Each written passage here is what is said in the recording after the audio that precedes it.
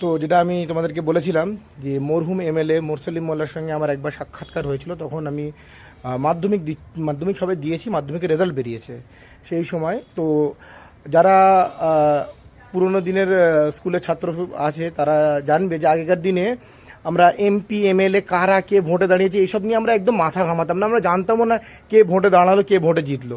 তো সেইভাবে আমিও ব্যাপারটা জানতাম না। এবারে মাধ্যমিকে সবে সবে রেজাল্ট বেরিয়েছে এবং মাধ্যমিকেতে আমি মোটামুটি সবেতে ভালোই নাম্বার পেয়েছি, 70 আপ নাম্বার আছে সবগুলোতে। আর একটা সাবজেক্টে আমার নাম্বার 60 ছিল, একদম .60। তো আমার ইচ্ছে ছিল সায়েন্স নিয়ে পড়ার।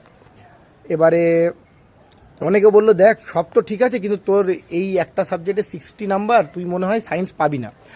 আর সত্যি কথা বলতে তখন সেরকম স্কুলেতে সায়েন্স ছিল না।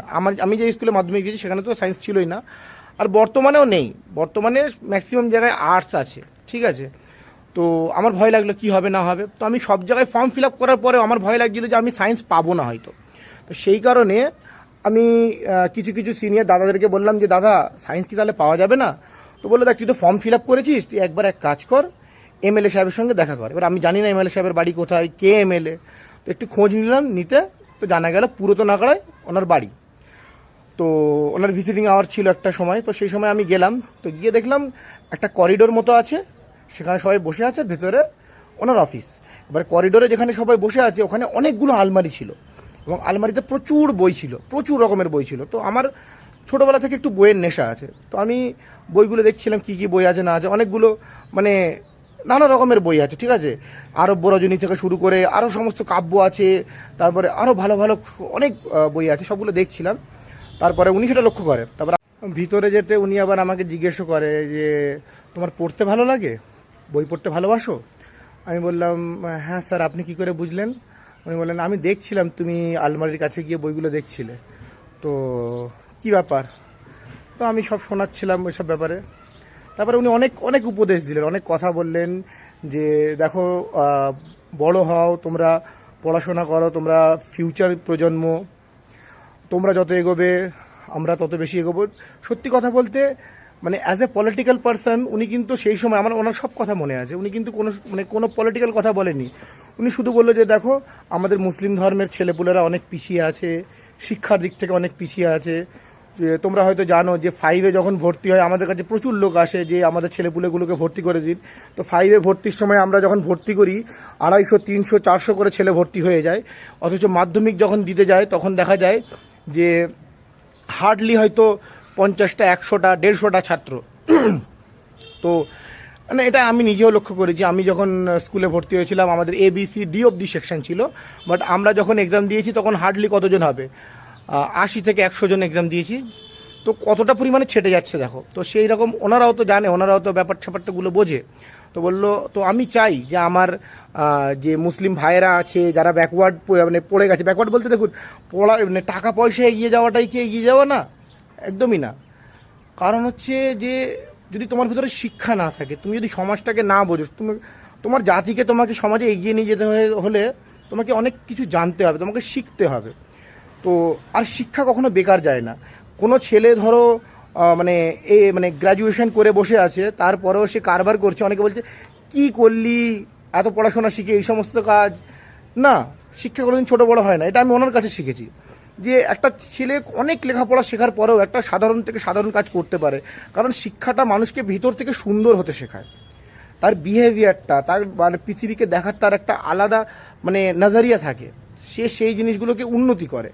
তো এই সমস্ত অনেক কথা ওনার সঙ্গে হয়। উনি সমস্ত কথাগুলো মানে একটা সিনিয়র বয়স্ক মানুষ যেরকম একটা ছোট বাচ্চাকে উপদেশ দেয় না, এখানে বলে রাখি আমি যখন ওই মানুষটার সঙ্গে দেখা করেছিলাম ওনার বয়স এতটা ছিল, ওনার মাথার প্রত্যেকটা চুল সাদা ছিল। অ্যান্ড মানে আমি ভাবছিলাম যে বয়স হয়ে গেলে মানুষের মাথার চুল ঝরে যাবে না, কিন্তু মাথার চুল সেরকম ঝরেনি। সেই সময়ের কথা বলছি, মাথায় প্রচণ্ড মানে অনেক চুল ছিল, বাট চুলগুলো সাদা ছিল।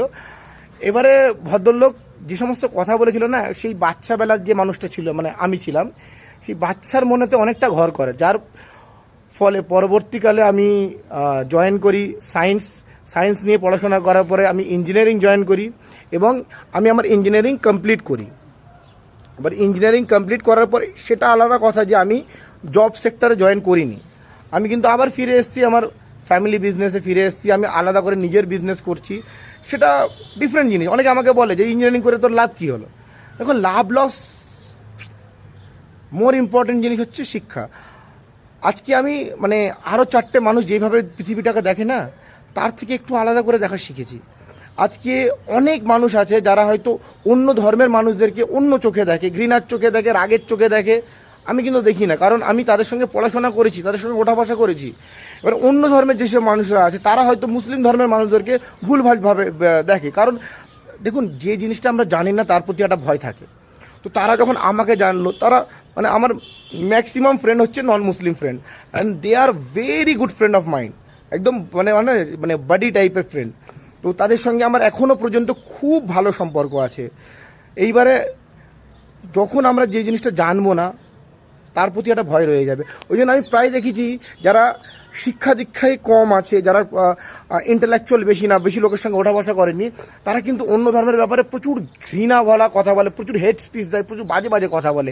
কিন্তু যারা একসঙ্গে ওঠা বসা করেছে, যারা একসঙ্গে পড়েছে, একসঙ্গে খেয়েছে, তারা কিন্তু জানে যে আমরা সবাই মানুষ, উই আর সেম। ঠিক আছে, কিছু কিছু জিনিস, কিছু কিছু চিন্তাভাবনা ডিফারেন্স সে হতেই পারে, ভাই ভাইয়ের মধ্যে হয়ে যায়, বাপ মা বাপ ছেলে, মা ছেলে, এদের মধ্যে হয়ে যায়। তো একটা ডিফারেন্ট জোনারের মানুষদের সঙ্গে কেন হবে না। তো এরপরে আমাদের মেন টপিকের কথা শুরু হলো। আমি ভিতরে যেতে জিজ্ঞেস করে কী ব্যাপার। আমি বললাম এরকম এরকম ব্যাপার, আমার নাম্বারটা একটু কম, আমার মনে হচ্ছে হবে না। উনি তখন বললেন যে তোর মনে হচ্ছে বলে তুই এত টেনশন নিয়ে বসে আছিস, হয়ে যাবে তো। তো তারপরে উনি বললেন যে এক কাজ কর, তোর যদি ওই পার্টিকুলার স্কুলে না হয় তুই আমাদের আগলা কৃষ্ণনগর স্কুলে চলে আয়, এখানে কিন্তু সায়েন্স আছে। আমি বললাম স্যার অনেকটা দূর হয়ে যাবে, রোজ যাতায়াত। তো তখন উনি আমাকে বলল যে দেখ, পড়াশোনার জন্য ডিস্টেন্স ম্যাটার করে না, তারপরেও কিন্তু আমাদের মুসলিম সমাজ, আমাদের দর্জি সমাজের ছেলেপুলেরা ডিস্টেন্সের নামেতে পড়াশোনা ছেড়ে দেয়। এই কারণেই আমি কিন্তু তোদের জন্য পাঁচুড়েতে যে পাওয়ার ক্লাব আছে ওখানে একটা কলেজ বানিয়েছি, পাঁচুড় কলেজ। এই কলেজটা বানানোর আমার একমাত্র উদ্দেশ্য হচ্ছে আমার দর্জিপাড়ার ভাই বোনেরা যারা ডিস্টেন্সের নামেতে পড়াশোনা কমপ্লিট করতে পারে না, বিশেষ করে মেয়েরা যারা বাইরে বেরোতে পারে না, খুব একটা দূরে যেতে পারে না, তাদের জন্যই কিন্তু আমি এই কলেজটা বানিয়েছি। তো এই যে কথাটা আমি বললাম, এটা কোট আনকোট মরহুম এমএলএ মোরসলিম মোল্লা সাহেবের কথা, আমি একটাও এতে মেলাইনি। তখন আমি খুব ছোট ছিলাম, ওনার এই কথাটা মানে আমার মনে রয়ে গেছে। আর যখন আজকের দিনেতে এই কথাটা চারিদিকে উঠছে, তো আমি ভাবলাম তোমাদের সঙ্গে আমি একটু কথাটা শেয়ার করে নিই। তো ভালো থাকবে, ভালো রাখবে।